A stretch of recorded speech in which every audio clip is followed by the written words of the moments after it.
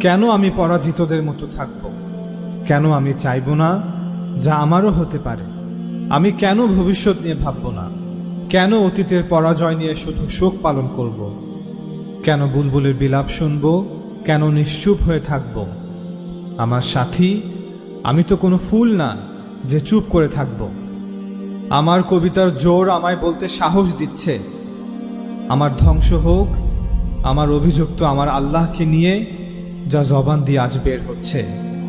এটা সত্য যে আমাদের প্রসিদ্ধি আমরা কর্মপরায়ণ এবং অনুগত, তবে এখন কষ্ট আর দুর্ভাগ্যের গল্প শোনাচ্ছি, কারণ আমরা নিপীড়িত আর নির্যাতিত। যদিও আমরা নিশ্চুপ আছি, তবে আমাদের অভিযোগ আছে শোনাবার। যদি কোনো অভিযোগ আমাদের ঠোঁটে এসে পারি জমায়ও, আমরা অক্ষম তা প্রকাশ করতে, আছে অনেক কিছু জানাবার। হে আমার